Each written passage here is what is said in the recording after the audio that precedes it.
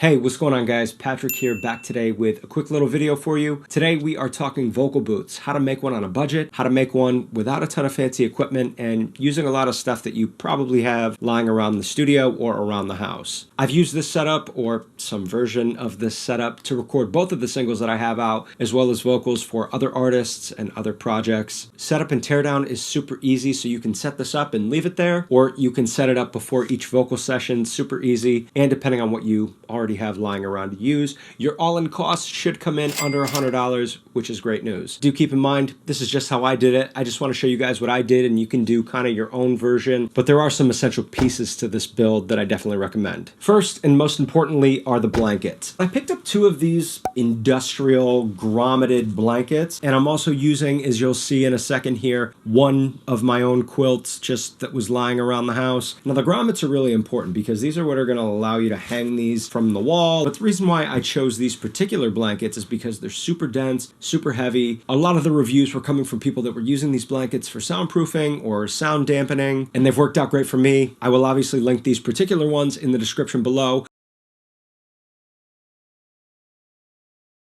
Now, next up, you're going to need a way to hang these blankets. I'm going to show you all of this in a minute here, but you're going to need some hooks. You can use a curtain rod and hang it in a doorway, but even that might slip down. So I just used hooks that I can actually drill into the wall.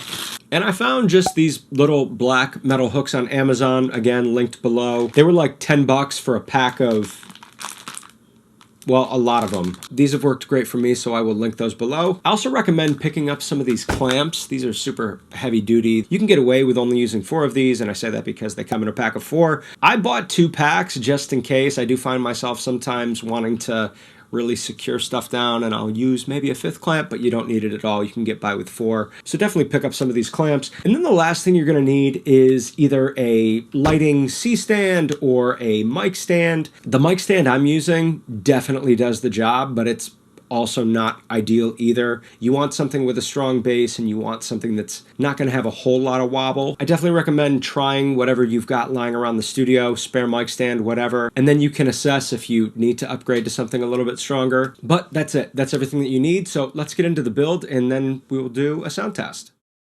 The first thing you're going to want to do is pick your spot where you're going to set up your vocal booth. Best case scenario, you'll have a closet like this where you can use a door as one of the walls of the vocal booth. If you don't have a closet like this, I recommend just using a corner of your room. And then instead of using a door, you can just double up on the mic stand or lighting stand, whatever you decide to use. Now, for my particular build, I start by draping a quilt over the door. This does not need to be one of those grommeted blankets, so as you can see, I'm just using a spare quilt that I had around my house. This will give us our first wall of the vocal booth.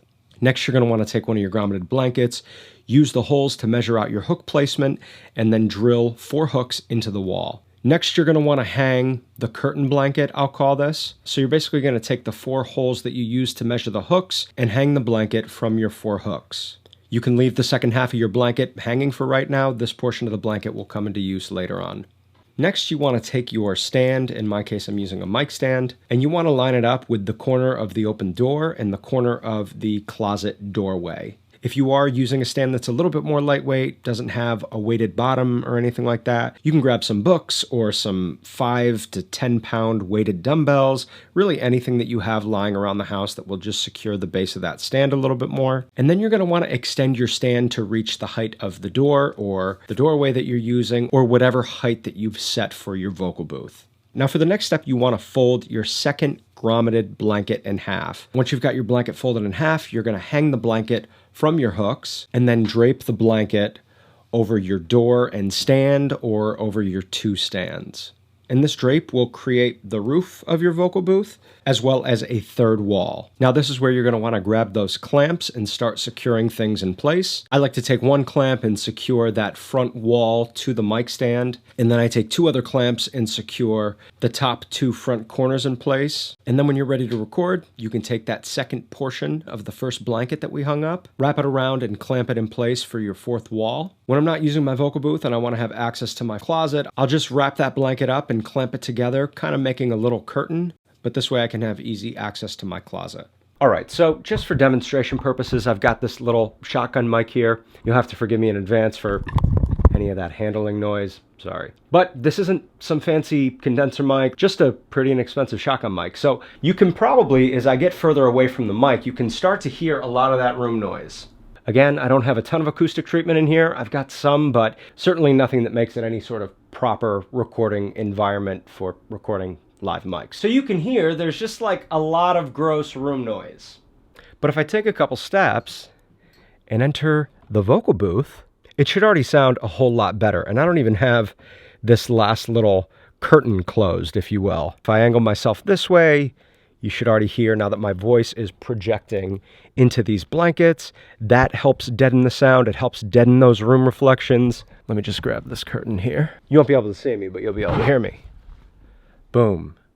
Totally isolated. And that's really all you need. I mean, you could do vocals in here, you could do voiceover work, anything where you need a super clean vocal sound. This just helps you start with a cleaner source vocal recording that's just gonna make your life easier in post when you're editing. It's gonna make your life easier when you're EQing, trying to get that vocal that sounds just right for your mix.